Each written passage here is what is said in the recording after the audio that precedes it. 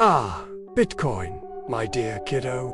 Pull up a chair and let old Gramps tell you a story that started way back in 2009. Yep, back when people still used flip phones and thought Facebook was just a college fad. So here's the scoop. Bitcoin is like digital gold, but not the shiny stuff you hide under your mattress. This one lives in the magical land of the internet.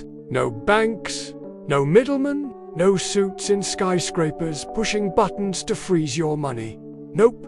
Bitcoin is freedom money, built by folks who were fed up with the system after that big OL financial meltdown in 2008.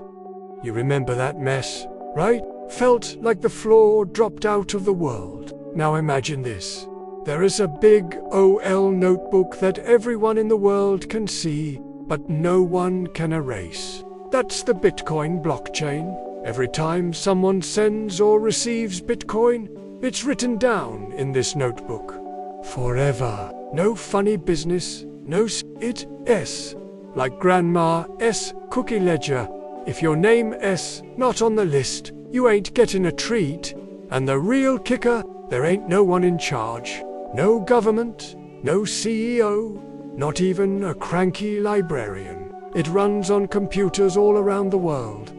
Folks called miners keep it going, solving math puzzles to confirm transactions and earn fresh new Bitcoin as a reward. It's kind of like digital gold prospecting, without the mud and the donkeys. But listen here, Sugar Plum.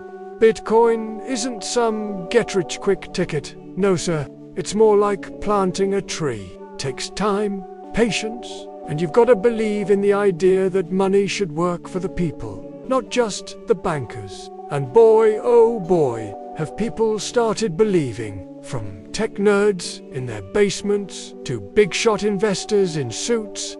They're all catching on. Sure, the price goes up and down like a yo-yo after 3 cups of coffee, but the idea, solid as Grandma's meatloaf, it's about control, security, and giving folks around the world a shot at something fair. So next time someone says, Bitcoin's just fake money, you give him a wink and say, so was paper money once. Sport. And remember, back in my day, the only digital thing in your wallet was your Blockbuster card. If you liked Grandpa's little fireside chat, give this old timer a like and a follow, and stick around for more tailies from the future's past.